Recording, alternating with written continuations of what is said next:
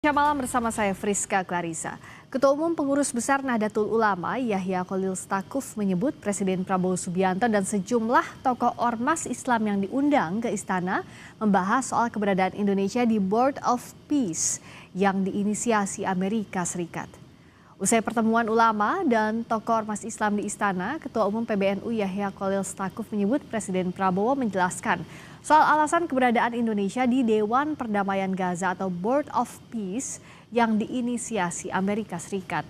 Yahya menyebut memahami tujuan Indonesia untuk bergabung dalam Board of Peace dan meminta Indonesia tidak terbawa arus yang justru merugikan kepentingan rakyat Palestina. Menurut Yahya, Presiden Prabowo menyatakan akan memperjuangkan kepentingan Palestina dengan prinsip yang tidak bisa ditawar. Sejumlah ormas yang hadir, diantaranya Nahdlatul Ulama, Muhammadiyah, hingga MUI. Berpartisipasi di dalam Dewan itu untuk membela dan membantu Palestina. Kami memahami semua yang dijelaskan oleh Pak Presiden dengan menitipkan pesan agar tidak mudah untuk terbawa arus yang mungkin nantinya justru merugikan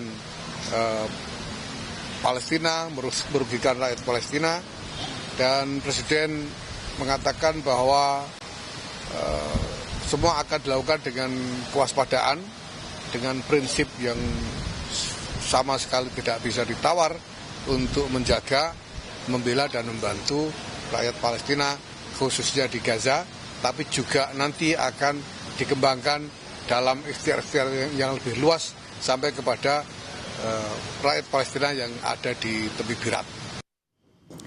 Abaikan gencatan senjata, Israel terus serang wilayah Gaza.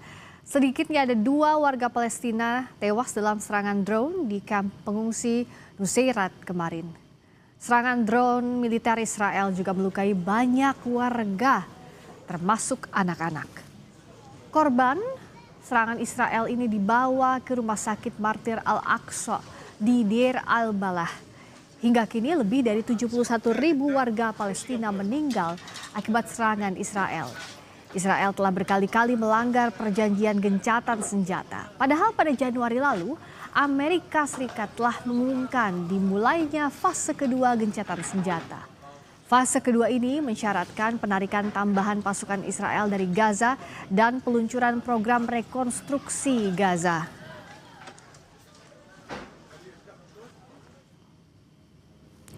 Mulai Senin kemarin, Israel mengizinkan pembukaan jalur penyeberangan Rafah. Jalur penyeberangan yang menghubungkan wilayah Gaza dan Mesir ini sempat ditutup selama hampir 2 tahun.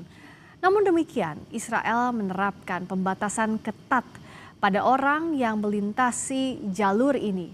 Di hari pertama pembukaan kemarin, Israel hanya mengizinkan 5 dari sekian banyak pasien Palestina yang menunggu untuk keluar dari Gaza demi mendapatkan perawatan medis di luar negeri. Data Badan Kemanusiaan PBB di Gaza, lebih dari 18.500 pasien termasuk 4.000 anak-anak menunggu evakuasi medis dari Gaza untuk mendapatkan perawatan yang tidak tersedia di Gaza. Abaikan gencatan senjata, Israel terus menyerang Gaza. Serangan ini juga dilakukan setelah terbentuknya Dewan Perdamaian atau Board of Peace, di mana Indonesia menjadi salah satu anggotanya. Lalu bagaimana Indonesia harus menyikapi situasi yang terjadi di Gaza saat ini dan bagaimana pula memastikan BOP tidak akan merugikan Palestina? Kita akan bahas bersama anggota Komisi 1 DPR RI fraksi PKB oleh